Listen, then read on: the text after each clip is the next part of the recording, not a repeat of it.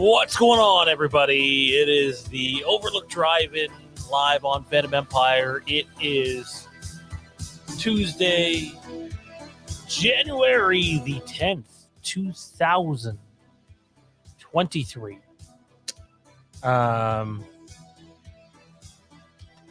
We're going to kick things off. Apologies for this. Mike's literally just messaging me now. So let's do intros quick.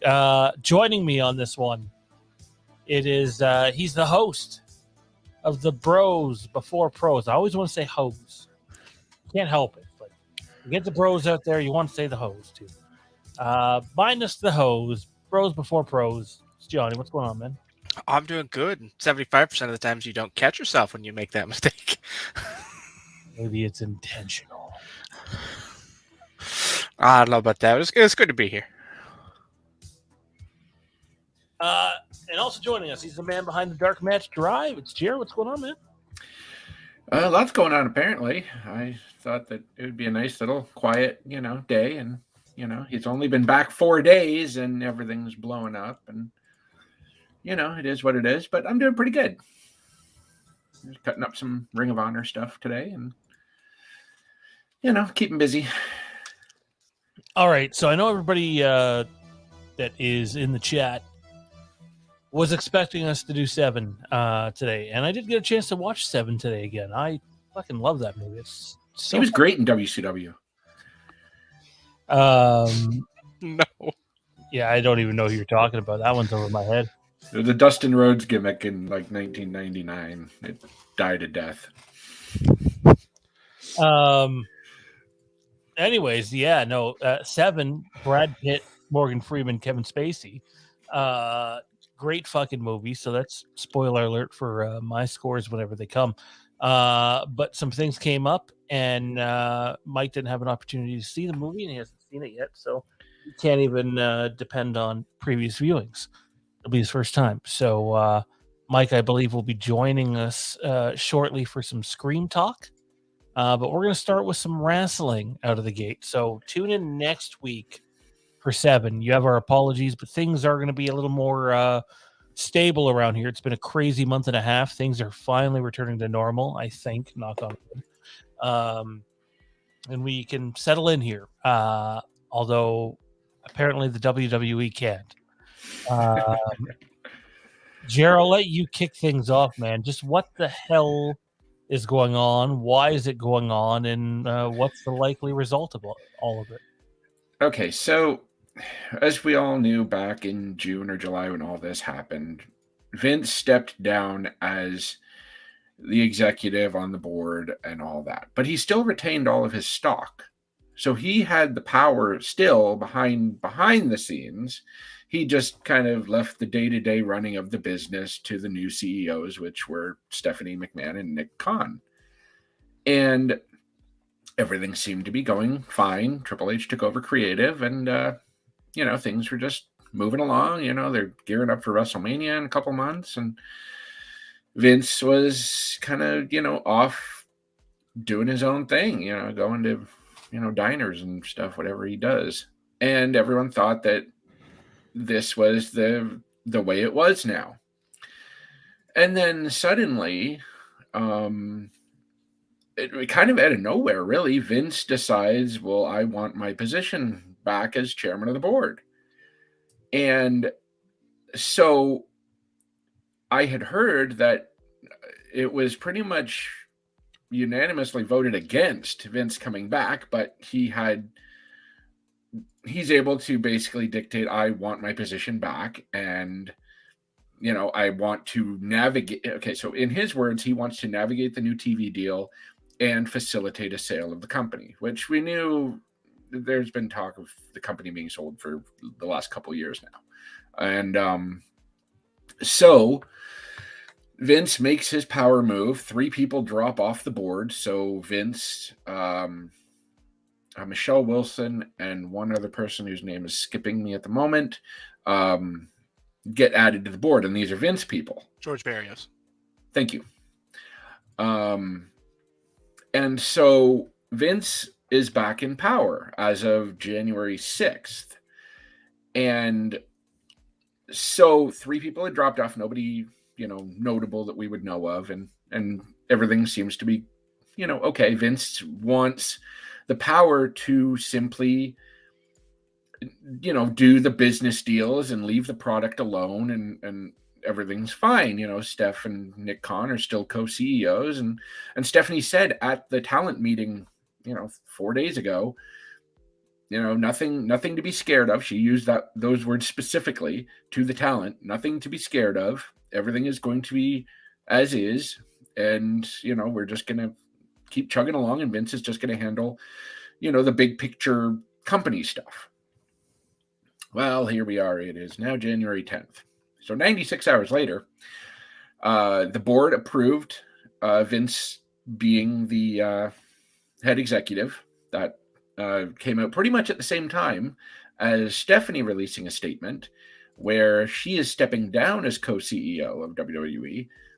The power now goes strictly to Nick Khan as the CEO of the company. So he is, locked into his position, and he's, I guess, a Vince guy. I mean, I wasn't sure where he stood on the battle lines when all this went down, but he's been a Vince guy traditionally. Vince really he kind of put the idea of the sale in Vince's ear. So he's been looking big picture for years. He's, behind all these talent cuts and trying to make the company look as profitable as possible for potential buyers. But then Vince fell from grace, and so now Vince is back. And the thing I noticed with Stephanie's resignation is I'm thinking it's usually when somebody resigns, it's a nice way to say, we will let you go graciously, but you're fired. And I'm thinking that might have been what happened here. Vince took control, basically said to Steph, because Stephanie had taken a leave of absence, a month before all the Vince stuff broke. So she was already, off out doing her own thing. She was gone. And she only came back because Vince, the whole Vince thing happened, and they needed somebody to take over. And I guess Nick Khan wanted help. So with Vince coming back and Stephanie stepping down, I mean, Nick Khan and Triple H are still on the board of executives. So this could mean more heads are going to roll. I mean, Vince has the power to pretty much now do anything he wants. And I don't know how far he's going to reach. He might reach into creative. He could if he wants to. Basically, nothing's safe from Vince now. And people were saying a week ago that, Vince is just going to come back to deal with the big business deals, and he's unable to hold up any deals because the shareholders would be able to, sue the shit out of him, basically, if he held up any potential deals that would be made. And Vince had made that threat of either you don't let me back or I'm going to, hold up all these deals with the stock I own. So, which is in process, actually. That came out a bit earlier. The the law firm that's doing the fiduciary lawsuit on behalf of the shareholders that they filed at the beginning of the process is filing a new lawsuit because of the actions of okay. Or they're planning to. It was leaked that that's on the table for them. Okay, that's understandable from their perspective. I mean, is it possible she just quit because of Vince's actions? No, I don't think so. It seems. I think only because I don't think it's as quiet as everyone thinks it is. It's Vince's a dog is one of those old, things you whispered that everybody knows. And when it came out, nobody did anything about it. Yeah. Even, whether it's 1985 or, 2022, it's just something that he's untouchable. And he knew that. And he's been that way since the steroid trial in 94. He has this, and that's why he came out on TV once everything came out before he stepped down. Everyone's chanting, "Thank you, Vince." What the fuck? It doesn't. Vince has never faced consequences for his actions. And he's going to continue to be Vince McMahon as we've always known him until, I don't know if the SEC lawsuit thing is going to have any effects on him, basically spending company money as hush money. I mean, I don't know where the wheels are on that at the moment, but that's still in progress, I guess. And, with him being sued by the shareholders, I'm not sure what, and I mean, even then, what can they? Companies recording record profits. They're not, the courts aren't going to make this. They're going to be like, take your dividend check and shut up. Mm-hmm. Because there's more important issues for them to be dealing with. Let's be honest. Exactly. Yeah, the TV contract is up either this year or next. The end of this year, I think. The end of this year, I think. That brings me to the point that I think this is far more calculated than we all think it is, because it's all going into certain windows. Like I think there's less to. I think there's more to everything coming out when it did was the bump. It was we didn't plan for this. So now we've got to work quickly to manage this. And let's be honest, they have. The company is back in a solid place. I mean, look at the stock prices. The stock hit a high on the announcement of Vince coming back. It's gone up close to 40% in the last week since Vince came back. He's the conquering hero. He's the returning man. I'm bringing you money. Your stock's gone up 40%. And now we're going to renegotiate these media contracts, which are already worth $500 million. And we're going to look at investigating a sale of the company, which is now being reported was far more planned and plotted than we knew of, because Nick Khan has a bonus in his contract if the company sells for a certain price, which means the sale has been on the table since day one of Nick Khan coming into this company. So this is far more calculated, and people keep saying, this is Vince's exit plan. Yeah, it is. The problem is there was a hiccup in that plan, and now the plan is back in motion to where it would be. We're seeing events play out as they would have had the last 6 months not happened. Yeah, we would be here anyways. The whole Vince thing was the hiccup. And my concern with the sale of the company is, you would imagine Vince is the type of guy who would want kind of the sweet Dana White deal where, the company's sold, he no longer owns it, but he has a pretty sweet deal where he still runs the day-to-day operations of the company. Don't be shocked if he still doesn't get that. It all depends on who comes in and who buys it. Yeah. So I don't know, do you think Vince would sacrifice that for the sale of the company? That might... It all comes down to the dollar. I mean, that's at the end of the day, that's what it comes down to. And I think there is more to this plan, than we think. I think we saw steps taken that weren't supposed to be taken yet. Stephanie being put in as co-CEO was there has to be a McMahon at the top of the totem pole. So I think that this is just me saying this, is that Stephanie's leave of absence was meant to be 1.5 years, 2 years, until they solicit the sale of the company, and then she would be the one put in charge by whoever buys it, and would probably be part of the sale, that a McMahon still runs the empire. You own it, but my daughter can run it. Let me put it this way in terms you understand, Shawn. She'd be the Kathleen Kennedy of this deal. Yeah, the last 5 minutes of your guys' conversation has left about as bad of a taste in my mouth as Kathleen Kennedy does. So, I think that was the comparable. She was going to go away for a couple of years, get her rest and relaxation, enjoy her time with her family, and then, there's still a McMahon in charge of the WWE. So, I love Succession too. There's some mainstream media that's covering this as if the sale of the company might be imminent, but the way you guys are talking, it sounds like it's still exploratory. I saw it is 6 months, which seems, like Johnny said, they were probably farther along than any of us knew. And then, they might have been sold by now if this whole thing hadn't happened. I mean, Vince coming back puts the spotlight on, this is for sale. We need to sell it, relatively quick, while these profits are still sky high. I think that it's a slow merger plan. I think the plan was, I think there's a certain event coming very quickly that is on the horizon that a lot of people aren't thinking of that marks a pretty good capper. What WrestleMania is this year? 39. What WrestleMania is next year? 40. Exactly. It's a nice big round number. You end it, this is it. We announced the sale at WrestleMania 39. That this is it. This is the last year. This is the hoorah. Vince is walking away. He's leaving. He's riding off into the sunset. He's going to go be whatever it is, however he wants to play it.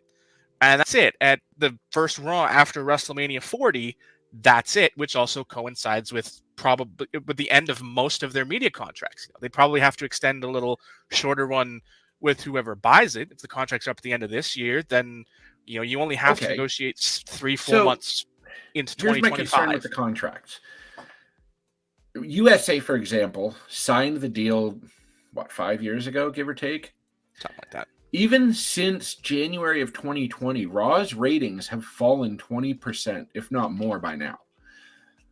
I'm not sure. I know live sports is the pretty much only property in television contracts that get anywhere nowadays, which understandably so. I mean, the NFL just signed the deal with, I guess, YouTube for Sunday Ticket or whatever. Yep. And so live content is still a hot property, understandable.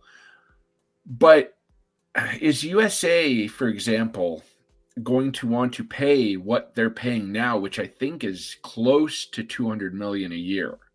I know Fox is 205, but I don't know if USA is going to be willing to pay that for a product that is putting up a 1.5 rating, a rating that has dropped significantly in 3 years. So this leads to if they don't sell before these TV deals are up and they get worse contracts, does the stock take a hit? Do buyers take a look at that and think that's another reason why I'm thinking if they try and sell before the TV deals are up, and obviously Vince sticks around for the TV deals to negotiate those, if the company sells before those TV deals are up, the price is going to be as high as possible because they're still raking in that income. I think we're not looking at this with the correct number. We're looking at the TV rights number as the number, but I'll remind you, they got $1 billion from NBC for the Peacock deal. Yeah. That's the number. We're sitting here, we're talking. Is there a time on the Peacock deal, or is it? I looked that up. There wasn't a specific term. Maybe? I mean, you have to assume there is. I think I saw 5 years. I think that would make sense, which would be right around the term at the end of this, I think, when it all lines up. To be around that end of WrestleMania 40 time, I think. And that's mine. But it's hard. To me, I'm sitting here, I'm on the outside looking in, and I'm betting on the outside horse right now. Everybody's sitting here and we're all, it's Peacock, it's NBC Universal, it's Comcast, because that's the corporate head. And there's other people who are like, oh no, it's Amazon, it's Netflix, it's all of these other things. And I'm now looking at this and I'm seeing the outside horse. Jerry, I don't know if you remember this, if you remember the play. I mean, I know you know the stories, but do you know why WWE got such a cheap deal for WCW? Other than they dropped the TV deal? Was it because Vince had first right? No, it was because the president was a fraternity brother of the then president of WWE. Really? One of the higher ups at Warner was close friends with whoever the president of WWE was at that time. I can't remember the names, but there's an interesting tie here that not a lot of people are looking at, and that's Nick Khan. Nick Khan has a sister. Nick Khan and his sister are infinitely close to a very specific person who happens to be both very rich, very influential, and very business savvy. Do you know who that man is? Dwayne "The Rock" Johnson. Nahnatchka Khan, sister of Nick Khan, is the executive producer and one of the heads at $7 Productions. Dwayne and $7 and all his other production entities put together a deal with one of the largest hedge funds in the U.S. to purchase the XFL. I mean, there's so much here that, like, there's something here, and we're all looking at NBC, and some people are even throwing Warner Brothers Discovery out there as a possible home for this, but I don't think they sell it that far, because there's one thing that I keep coming back to, and that's family. Yeah. And I don't see Vince selling it to corporate. I don't see, like, that seems counter to him at his core. I did it. This was me. I don't see him selling out to corporate America if someone in the family can put together the deal that buys it. Kind of sounds like George Lucas, only he did sell. But that's because nobody in the family could find the money. Not what he got. I mean, nobody was going to throw up Disney money. No, definitely not. I mean, me personally, I don't want anything to do with Vince McMahon. So, like, I think people are foolish if they think that there's no chance he interferes with creative. Not saying no chance in hell. Yeah, I'll stick by what I said back at the time. People were looking at me like crazy. He never took his finger off the scale. You know, like, there are certain things that happened that. But has the product really changed? Like, I mean, okay, they're getting online. 15, To tell you it has. They're getting some longer matches. He rehired about 15 people, but I mean, what's really different? I mean, let's be honest. If this Bray Wyatt story had happened a year ago, I wouldn't be shocked. You know, it's still the same writing team. Okay, Triple H is at the head, but it's still the same writing team. They didn't shake up the writing team. Nobody on the writing team got canned. Great. The scripts are set on Sunday instead of 10 minutes before we go on the air on Monday. What's really different? You know, only now we're seeing what the original plans were, not the, you know. I mean, we're not getting reports of Triple H, you know, tearing up the script at 4 p.m. on Mondays. So that's right. He's doing it at 4 p.m. on Sunday. I mean, if life is easier for the writing crew, I'm happy for them. They honestly deserve it after what they've been through. Oh, for sure.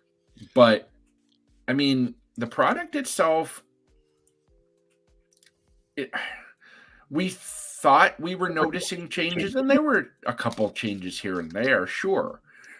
But I don't think overall WWE is ever going to have this overhaul where it feels like we're watching a different WWE. I got a coat of paint. It's still the same color. Yeah.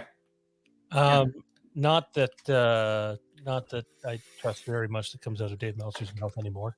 Not that I'm a big wrestling diehard anyway. But apparently there's some stuff on Twitter saying it seems like something's about to go down with WWE. So this is over. Dave being 4 hours behind.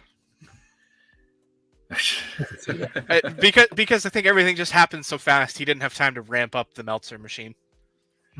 Actually, I'm curious. So I've heard a lot of speculation out there today. I listened to a lot of shit on the radio. It was even on 590 today for a little bit too, Johnny. That's surprising. Well, they have the deal, right? Yeah, exactly. But like I heard the same thing that you just mentioned. You know, a bunch of corporate entities rumored, and I heard the thing about the Saudi Arabia.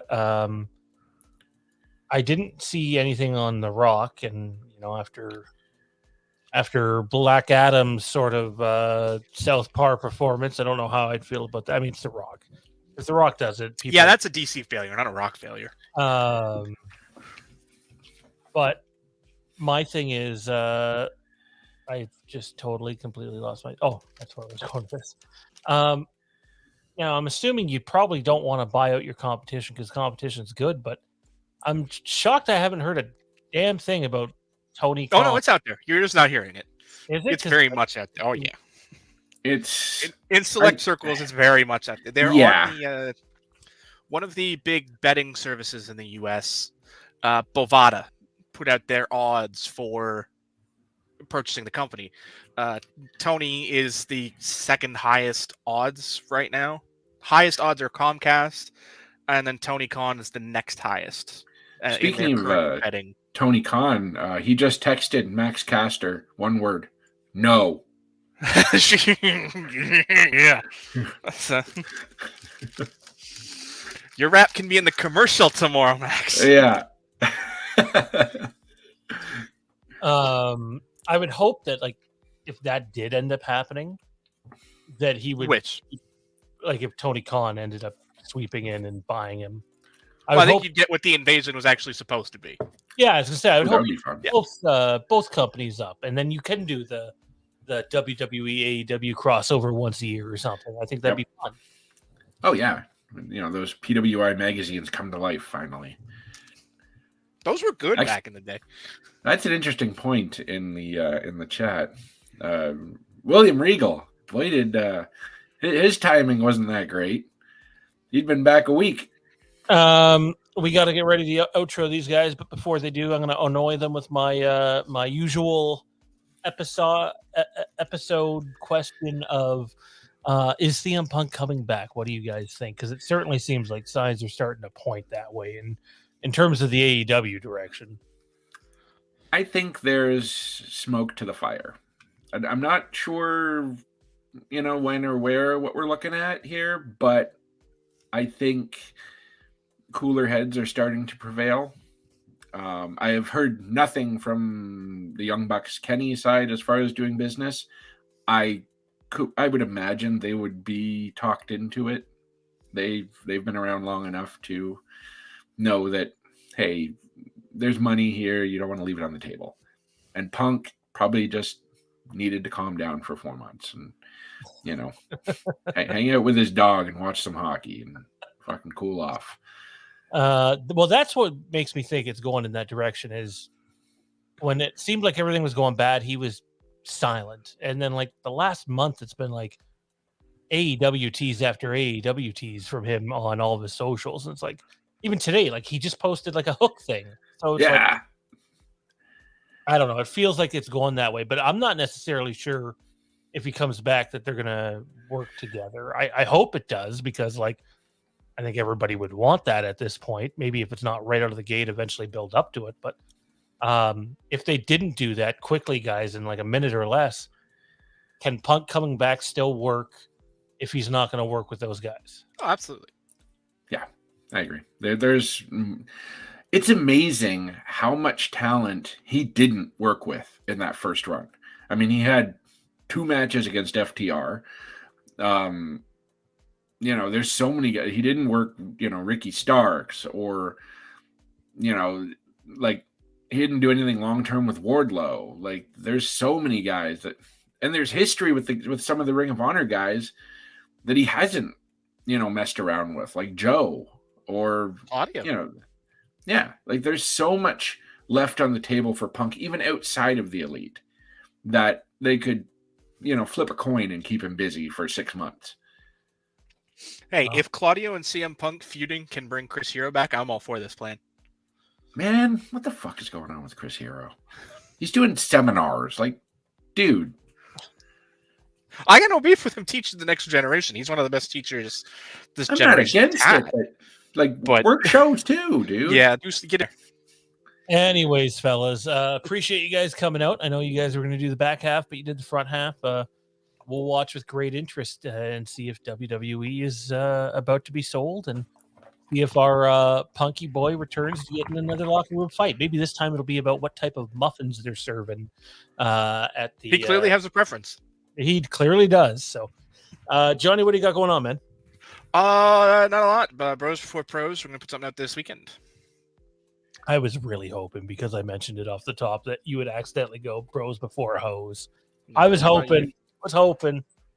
Or I missed that old TV show, Hose Before Joes or whatever it was. I don't know. I was Joes Before Pros. Pros versus Joes. Damn it. They were fun. I remember skipping school sometimes and watching the reruns on TV. It was brought up in the football chat last night. That's why Jay remembered it. Jared, what do you got going on, man? Where can everybody find you at? You can find me on Twitter at Jamie Virtue. You can find me on Facebook at the Dark Match Drive. The link is there. If you need, up to the minute updates on all this Vince stuff, I posted the Stephanie thing 3 minutes after it dropped because I have no life outside of Dark And Match the memes Drive. are always glorious on that page. 45 posts a day. So if you want any kind of wrestling content, it's insane. There's so much good stuff there. Check it out.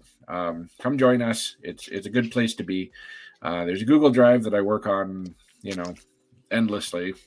At least I try to.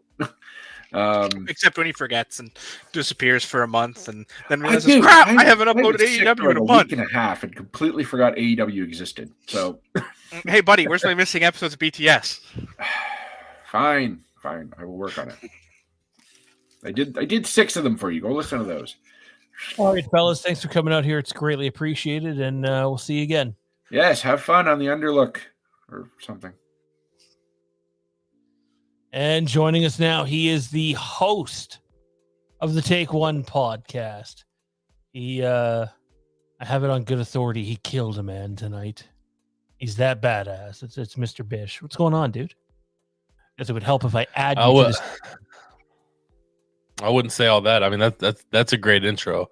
I don't know, man. To be a small bit transparent, not the best. It's been a tough day. Honestly, a tough week. I want to apologize to everybody watching. I know we were supposed to review 7 tonight. I just have not had a chance to get around to reviewing it. And I asked Shawn. I came to him because I wanted his opinion. I know this was a movie that he really wanted me to indulge in and really just sit back and take in and enjoy it.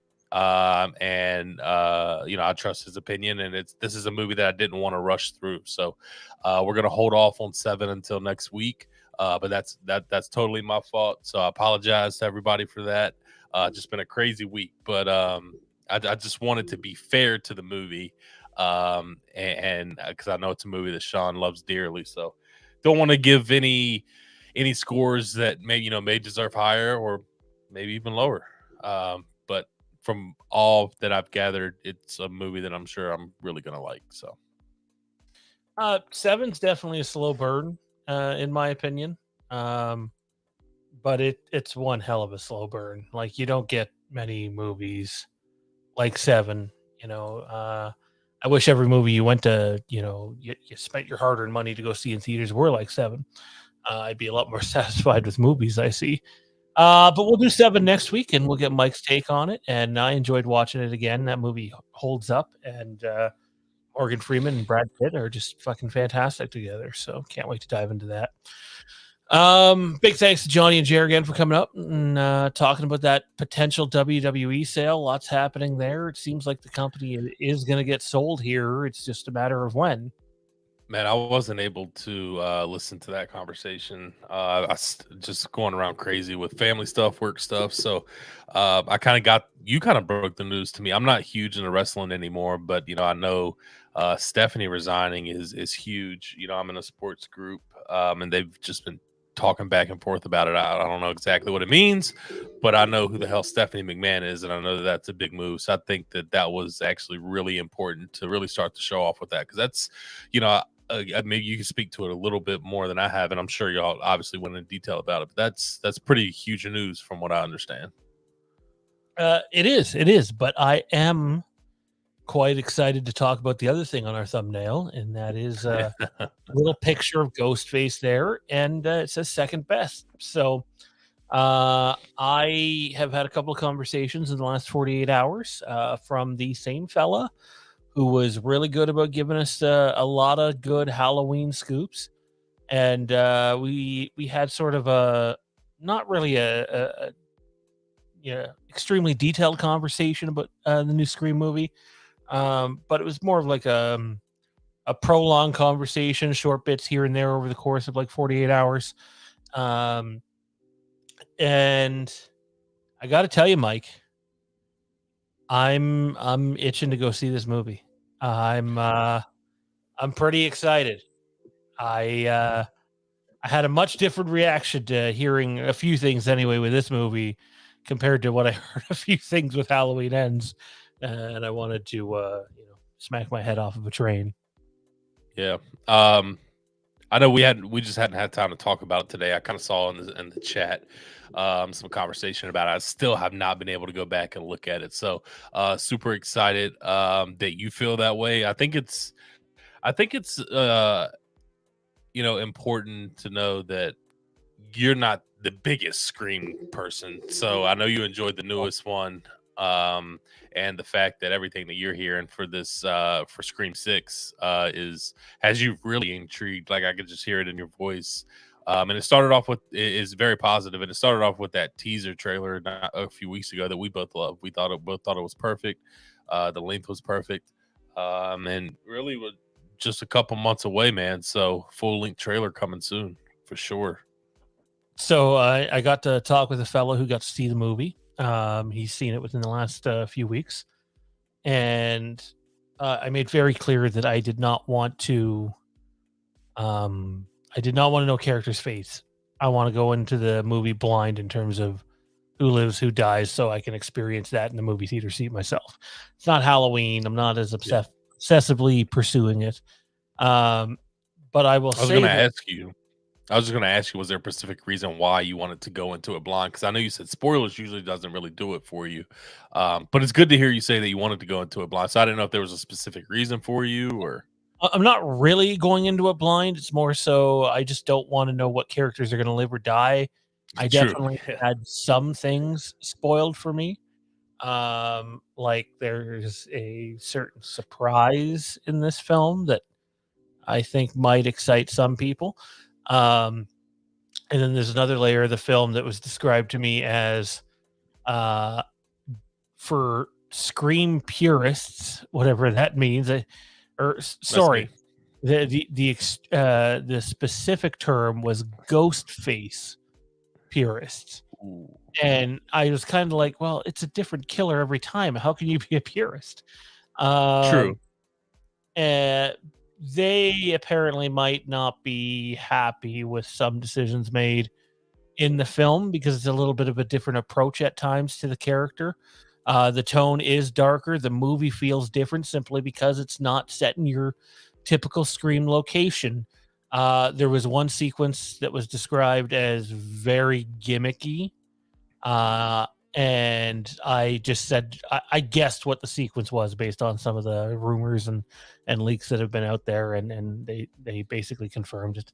But overall, he was really, and by the way, the guy who's seen this did not work on it. He's not a big Scream fan. He really enjoyed the movie. Is he saying it's like the greatest movie of all time? It's the best horror movie he's ever seen? No, nothing like that. It's still going to feel, at heart like a Scream movie. Just the tone's a little bit different. It almost feels like a soft reset, if you will. And I don't know if that's the lack of Sydney or what, but it was it sounds really promising, man. To a point where I'm like, yeah, I kind of can't wait to get my ass in that seat and hopefully see it in IMAX. I don't know if that'll be an option, but I'm really geared up to do it. And he also said it's pretty violent. Well, that's good to hear. I mean, me personally, I felt like that's something that we heard from the last one, but kind of walking away from it, I didn't feel like it was any more violent than any other Scream movie. I thought some of the kills were pretty good, but they were your basic kind of kills in a sense, with that knife. So, spoiler alert. So turn away now if you haven't seen Scream 5. I think a lot of the violence probably came from the way Dewey died, because like he got it real good. It wasn't just like you barely died. That was a hell of a death. I got to admit, if they're going to kill a legacy character, I can't think of that. That was a pretty good kill, especially if you're going to keep it the classic Ghostface, killing them with that knife. How are you going to do that? That's a hell of a way. They really did pull that off. I was shocked that they did it kind of in the middle-ish part of the movie, but nonetheless, I think that the kill itself was effective. He compared it to, so he had said that he thought it was the second best Scream movie he's ever seen. He's had a little bit to think on it, and he thought it was second best. However, need to take into consideration his favorite film is the original. And for me, that automatically sort of changes my perspective because for me, the original isn't the best. I like Scream 2 quite a bit better than Scream 1. So it's like, okay, so does that mean it would be like third best for me? And I mean, I'd accept that if this movie comes out and it's like the third best out of 6 Yeah. Scream films, that'd be fine. That's pretty good. But he said he was really, really surprised with what happened and fully expects there to be another one. So yeah, I'm kind of geared up for this now, man. I'm kind of really stoked. Yeah, I'm excited for it too, man. And I'm glad that, based off what you were told and what you've been hearing, that, it's getting your excitement level up there as well. Again, I think it's one of those things, the closer that we get, the more excited I'm getting as well. Because we're just a couple months away, man. And we talked about it when the teaser trailer dropped. The fact that it's taking place in New York City, a different atmosphere, I think is very intriguing on how they're going to be able to pull that off. And Scream movies always intrigue me because for me personally, although I am not the biggest Scream 4 fan, like that is definitely my least favorite film out of all of them that have come out. I definitely can sit here, for me personally, at least I can sit here and say that I don't think this franchise has put out a garbage dog shit movie, in my opinion. Now, are all of them great? I'm not going to go that far. But I will say that as far as overall franchise wise, even though, again, I wasn't the biggest fan of Scream 4, they've, for the most part, at least been okay. So I hope that they continue to keep that up without, and this is going to piss some people off, but I don't feel like the Scream franchise has a Halloween 5 or a Halloween, here, everybody calm down, or a Halloween Ends. I just don't. I don't think they have that dud of a movie. Now, I know that's going to piss people off because they love Halloween Ends. Some of them do, and I'm glad that some people do. And even 5 has its fans, but I don't know, man. I just don't think any of these movies have a dud for me personally. I know you're not. I know you hate 4, so that might be your dud. But for me, I think overall, for the most part, they've done a really, really good job with putting out at least solid films. Not a big fan of 3 either. So 3 I find very stupid at times, but kind of fun to watch because of how stupid it is. So a few other points that I have down here are a couple of movies that he compared it to, actually. Oh, wow. Were, actually, 3 of them. Elements of Home Alone 2, elements of April Fool's Day, which kind of surprised me. I immediately went for, oh, is it all just some big fucking shtick? And he's like, no, it's not that. They're not going to be like, okay, it's a dream or anything, stupid, or it's just a big prank. They're not doing that. And then the other one was Hot Fuzz, which I found kind of curious because I actually like Hot Fuzz. And then it reminds me of some of the leaked images that have gotten out there. And actually, it reminds me of a comment that someone had said in the chat earlier in the show. And I think they're all barking up the same tree.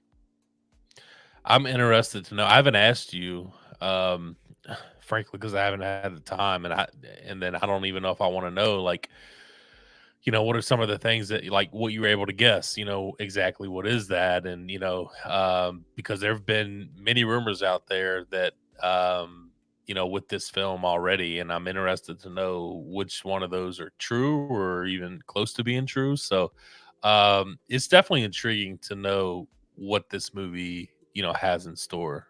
So I'm excited. I really am. I think another thing people should be on the lookout for is just because a certain character or characters have been announced for this movie, don't necessarily expect those characters to have an immense role. That doesn't mean like, oh, well, they die in the opening scene or whatever. Just some characters aren't used as much as other characters. So I think I know who you're talking about, and that is one of the things that I have seen constantly over the past week and a half on Twitter, that person doesn't have a big role in this film. and just seeing people go back and forth saying that's not true, yes it is, that's not true, yes it is. Now, is it 5 minutes? Is it 15 minutes? What is it? What's your definition of a big role, or is it just a cameo shot? But that is one of the debates that I have seen gone back and forth. So that's interesting that you bring that up.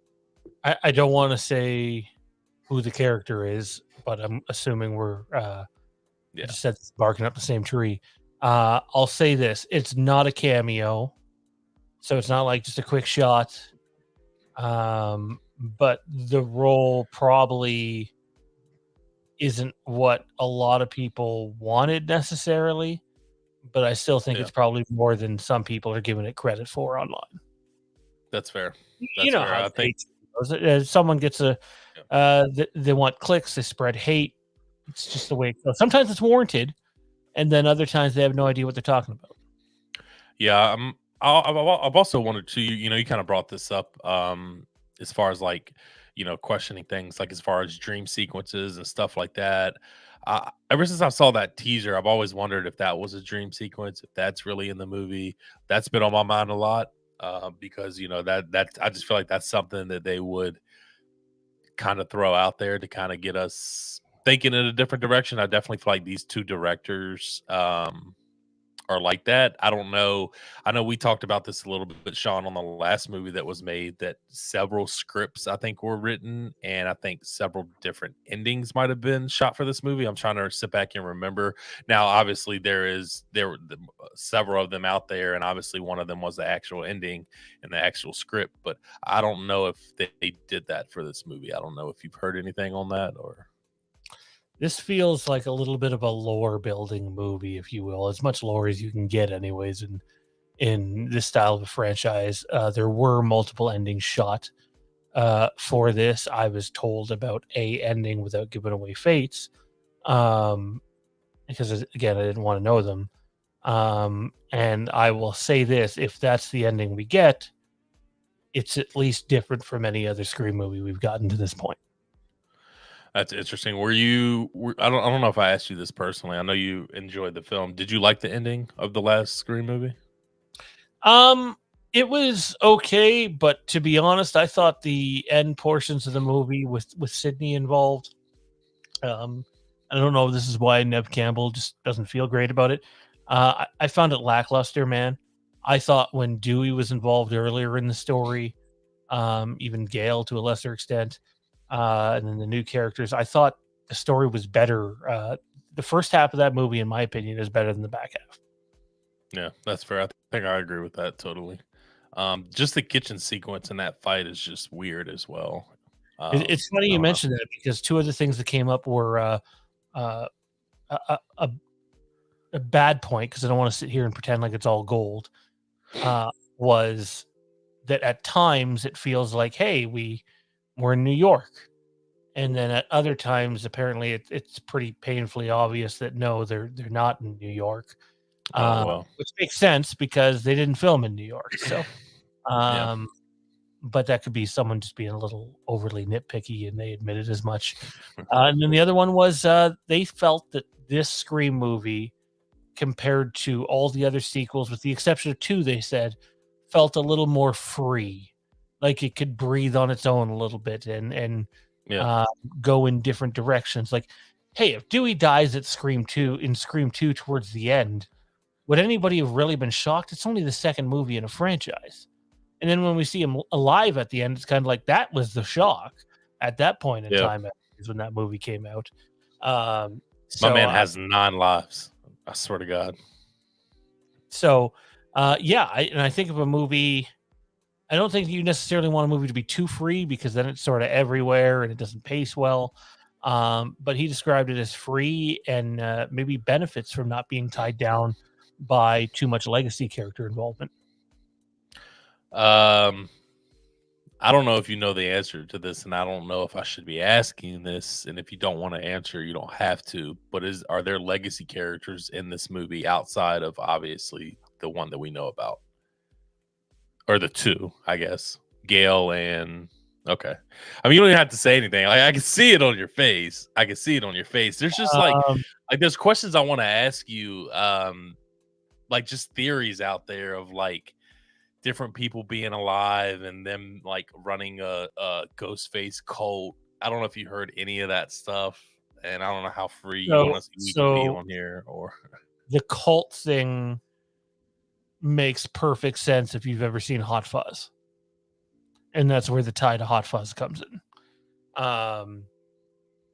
do you know what I'm talking about? Like the whole cult thing and like who's behind that supposedly? And I can't tell you who's behind it, and I don't even know who the killers are for this film. I just think the person I was talking to was, that's true. I forgot you didn't ask for like major spoilers. I forgot. Probably played their hand as badly as I just played my poker face on screen there. So, which is why I think I'm pretty sure, anyways, I know who one of them are. So we'll go from there. Yeah. I'm excited though, man. I am. We'll see what comes of it. I'm reluctant to ask for more. Because the second I ask, well, is this character in the film? Then I'm just gonna go down a rabbit hole. You're just gonna go down a rabbit hole. And I'm pretty comfortable with the information that I have to this point. They did say the movie feels a little long, so they wouldn't have been. Oh, really? They cut it a little bit more. It felt a little long for a Scream movie. Was one thing that they did say. So I would expect some cuts. That's natural though. Movie still a couple months away. The opening scene definitely involves Neve Campbell, is what you're saying. Oh yeah, she's toast 47 seconds into the movie. Man. Hell of an opening scene. But yeah, no, exciting things. What do you got coming up at Take One, man? We don't have much else to touch on tonight, so figure sorry. Yeah, go ahead. I do want to ask you this though, because we are in January, and there's I don't know if you've paid attention to any of. I have a feeling you're not going to like the movie anyways, just because I know how you feel about Child's Play. But I have to say, man, I went and saw Megan, and I was shockingly surprised on how much I enjoyed it. Because I'll be quite honest with you, I didn't think I was going to enjoy it. I thought it was definitely going to be one of those corny movies that kind of overplays its hand. And I think it works pretty well because it knows that it's ridiculous at times, and it really feeds into that.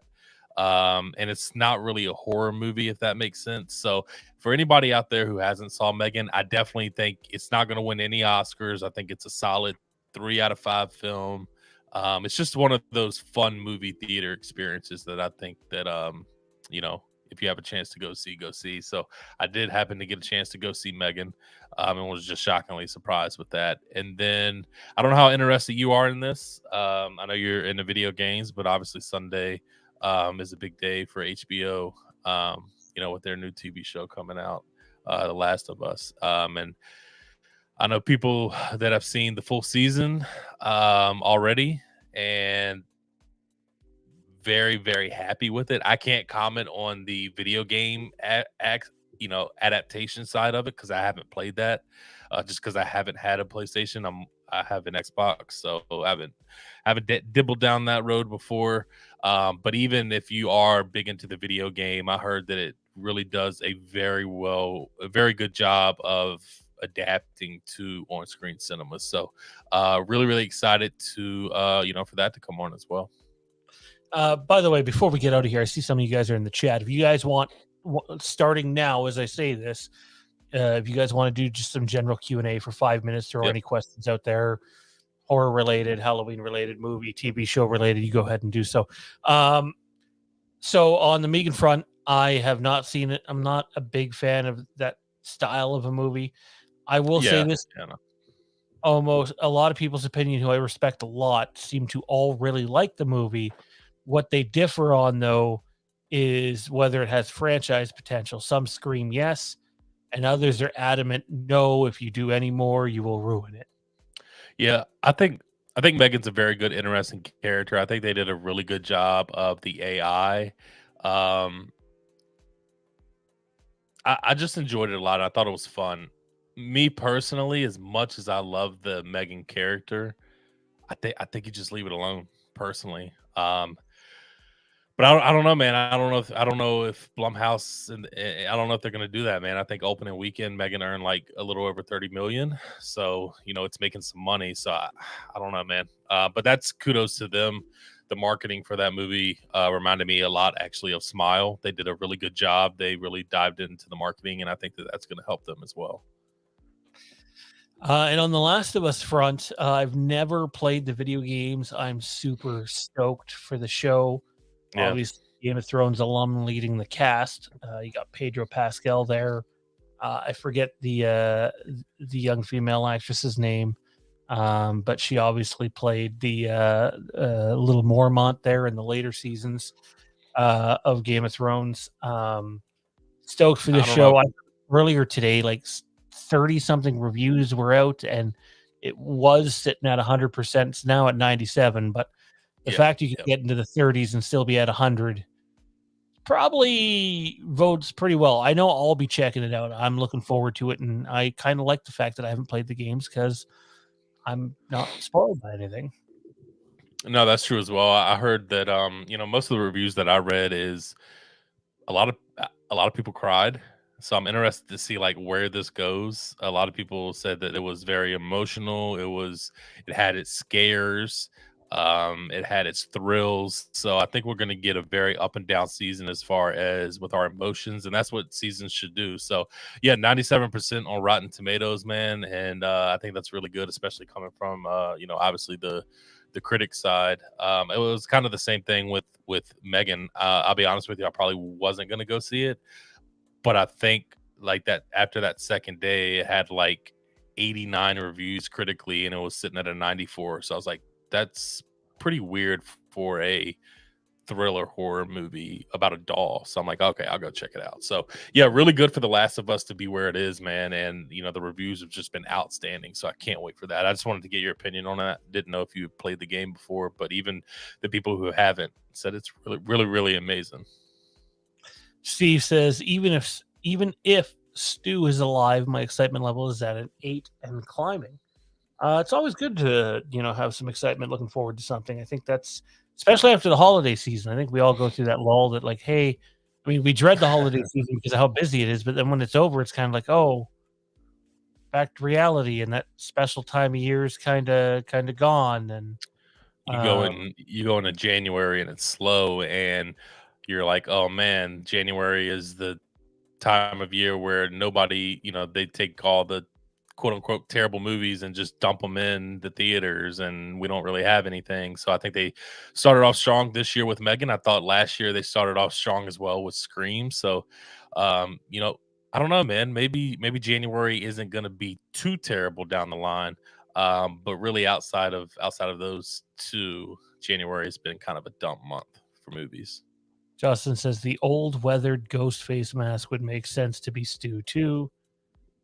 Justin also says Megan looked like it would be hit or miss, and followed that up with when she was running like a dog in that promotional clip that turned me off it because it came off super corny. So it works. My only complaint about Megan, and I'll be honest with you, nobody's going to be shocked by this because they know who's behind it. All the good scenes are in the trailer. So if you can go in blind, which the marketing has just been outstanding. A Blumhouse movie giving away the movie in promotion? No. Just saying, man. Like, I don't want to ruin it for anybody, but like, if you've seen the trailer, there's this really cool and creepy dance scene that I just thought should have been left out because it really worked and it really hit, and it really worked well in the theater. And but it was in the trailer, so it kind of ruined it. And what he just brought up of her crawling through the woods like a dog, it actually is very creepy when you're in the movie theater with the music and the sound, but it's coming because you saw it in the trailer. So that was the most disappointing part. Steve says, what category didn't get a 10 out of 10 from Mike on Halloween 78? We can't tell you that. That's a Patreon video. We showed you the overall scores, but if you want the specifics in each category, definitely sign up for the Gold Room tier and check it out. Without Patreon support, without sponsors, we would have no shows. It's just the way it goes. And it is one of the reasons for a little less content now too, for sure. But we'll be here one way or another, even if it just comes down to the Overlook. I will say this though, it was not sound and score, and it was not writing and directing. So that gives you 3 categories to think about, Steve. 3 a bone there, buddy. Yeah, I was probably just being a little anal about it, just because it still pisses me off when I watch that movie at times. How do you guys feel about Evil Dead Rise? I'm glad they brought this up. So I'll comment on that. I'll be honest, I'm not the biggest Evil Dead fan. I like the original, and quite honestly, I like the 2013, I think it is, the remake. I think it's one of the best horror remakes that we have gotten. I put it up there with. I know some people don't like it. I know Sean's a big fan of it, but the Friday the 13th remake I thought was done really, really well. And I think the Evil Dead remake was done really, really, really well as well. The trailer looks really good. It reminds me, it seems like that Evil Dead Rise is going to kind of go away from that horror comedy side if that makes sense, and really digging into that Conjuring universe type of horror feel where it's going to be strictly horror. Like, I thought the Evil Dead Rise trailer was absolutely phenomenal. So I'm super excited for it. Again, I'm not a big Evil Dead fan, so I don't know if Evil Dead diehards out there liked it or didn't like it, but for me personally, I thought the trailer was absolutely phenomenal. One of the best horror trailers, in my opinion, that we've gotten in a really long time. So really excited for that. Excuse me. And to finish things off, Justin, he has another one in there. I'll do this one first. There hasn't been a bad Evil Dead movie though, so I think it will be good.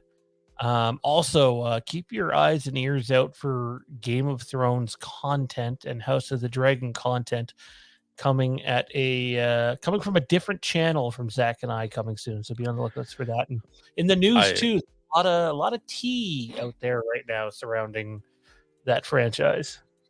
Yeah, I haven't read up on anything, so I'm interested to know what that is. But I was in over the weekend. I was in Best Buy, I think, and they had a 4K steelbook for season 1 of House of the Dragon. So I didn't pick it up, but I think I'm going to go back tomorrow on payday and pick it up, man. I loved it. I thought it was, we've talked about it ad nauseum as well. Just phenomenal first season. So I think I'm gonna have to pick that up. Be curious seeing what the extras are on that thing. Yeah. Yeah. Steve says I have a pretty good idea which one it is.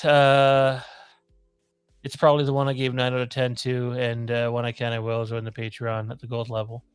It's appreciated, man. If you can do it, great. If not, we totally understand. And last but not least, Justin says, where do you think Scream goes after 6 for 7? Does it stay in New York, or do they return to Woodsboro? I would say this. It was described to me that 6 is the most different Scream movie of them all yet. So I'm going to go the Blumhouse Halloween route and say Halloween Kills felt like a very different modern horror movie for Halloween. And then they went completely the other way for Halloween Ends. And I would expect more of the same here. I don't think you'll get another New York City outing, but I could be wrong. Yeah, I think they go back to Woodsboro. I don't know. I would love to answer that question a little bit more in detail, but obviously seeing 6 is going to play a huge factor as well. But I definitely think that they do go back to Woodsboro. Big shout out to the channel sponsors that make this show possible. It really means a lot. Chrissy_78 on Instagram and Twitter if you want to get a Myers mask rehauled. He does great work. Love Chris. Our boy Jesse, who said he just made it, except for the show is over. Tasty Treat Master at yahoo.com, soundcloud.com/Bunts Trauma. And oops, that's the wrong button. Facebook/Bunts Trauma. Jesse actually just launched a YouTube channel. I don't have the information for it handy, but if Jesse gets it to me and then throws me a thumbnail or two, we'll make sure that we plug that on next week's episode of the Overlook Drive-In when we finally dive into 7. Apologies for that again, everybody. And last but not least, our man, Jason Nike, a.k.a. Backtrack Cinema, just put out Nightmare on Elm Street, top 10 80s horror movies that aren't slashers. Check them out. Again, big thanks to Johnny and Jer off the top joining us for all the WWE drama going on. Mike, where can everybody find you at? What do you got going on? Yeah, man, you can follow me on Twitter at Michael Bish _ You can follow me on Instagram at mbish _ Take One Podcast, man. New year, new look, new sound. So really diving into that. Just dropped our top 10 20 movies of 2022. So that came out yesterday. So if you haven't, go check that out. But yeah, man, really excited to dive into 7. I see that. I know I'm gonna like it. Like I already know I'm gonna like it. Just as the channel's name is Storytime Spectacular, so go check that out. Big thanks to the channel sponsors and patrons. We'll catch you next time on the Overlook Drive-In for 7. David Fincher, he really knocked that one out of the park. Can't wait. See you next week, guys. Take it easy. Go Bucks. Yes.